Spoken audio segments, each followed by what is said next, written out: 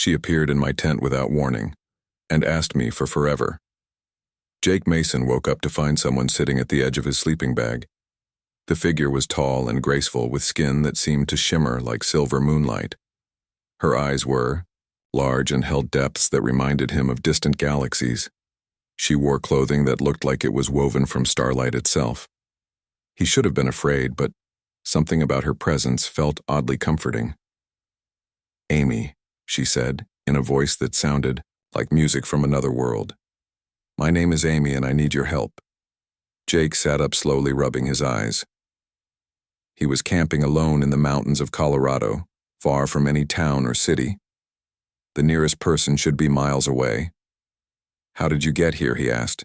"Who are you?" Amy tilted her head in a way that seemed almost bird-like. "I am not from your world, Jake Mason. I come from a place among the stars. My people call it Zelania." The words should have sounded crazy, but Jake found himself believing her. Something about her voice carried truth in it. "Why are you here?" he asked. Amy stood up and walked to the tent opening.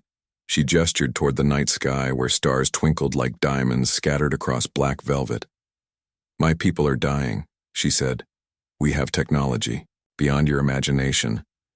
Ships that travel between worlds in heartbeats, weapons that can shatter moons. But we lost something important. Long ago, what did you lose?" Amy turned back to him and her eyes seemed sad.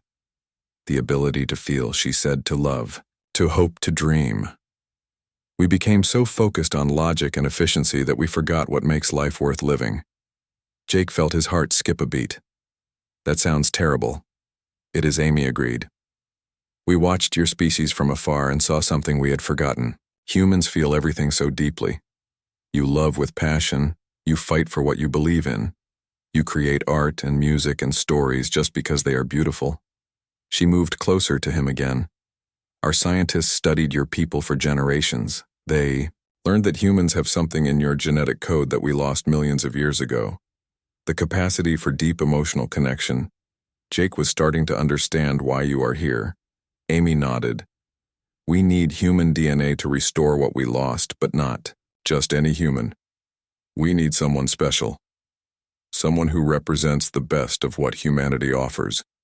"And you think that is me?" Amy smiled, and it was like watching a sunrise. "I have been watching you, Jake. For months. I have observed your kindness, your courage, the way you help others without expecting anything in return, the way you care for animals and nature, the way you create beautiful things with your hands." Jake thought about his life. He worked as a carpenter in a small town. He volunteered at animal shelters. He donated blood regularly. He tried to help his neighbors whenever they needed it, but he never thought of himself as special. "I am just ordinary," he said. "That is what makes you extraordinary," Amy replied. "Ordinary humans do extraordinary things. Every day your species fights against odds that would destroy others. You show mercy to enemies, you sacrifice for strangers. You love deeply even when it causes you pain." She knelt beside him again. "I am here to ask you to come with me to my world, to help my people remember what it means to be truly alive. But I must warn you, it would mean leaving everything you know behind." Jake felt his heart racing. "What would happen to me there? You would be honored beyond measure." Amy said, "You would help create a new generation of my people. Children who could feel and love and dream again. You would be a hero to billions." But Jake heard something else in her voice. "There is more, is not there?" Amy looked down at her hands. "You could never return to Earth. The journey between worlds changes human biology in ways that cannot be reversed, and the process of sharing your genetic gifts would take years, maybe decades. So I would never see home again. Never," Amy said quietly. "But you would see wonders beyond. Imagination cities that float among clouds. Oceans that sing with bioluminescent life. Mountains made of crystal that create music when the wind blows through them." Jake stood up and walked to the tent opening. The familiar mountains of Colorado stretched out before him. Everything he had ever known was here. His job, his friends, his small apartment with his collection of woodworking tools. But something about Amy's story called to him. He had always felt like he was meant for something more than his quiet life. What would happen if I said no? He asked. Amy sighed. My people would continue searching. Other humans might be chosen. But each day we delay means more of my people lose hope. We have waited so long for this chance. Jake turned to face her. Again, you said you need me to help your people love again. But what about you? Can you love? Amy's eyes widened in surprise. I thought I could not. But since watching you, since coming to understand human emotions, I have begun to feel something I cannot name. She stood up and moved toward him. When I first saw you building that house for the elderly woman who lost hers in the fire, I felt something warm in my chest. When I watched you stay up all night caring for that injured fox, I felt something that made me want to protect you. When I heard you playing guitar on your porch and singing to the stars, I felt something that made me want to be near you. Love, Jake said softly. Perhaps, Amy whispered. Is that what this feeling is?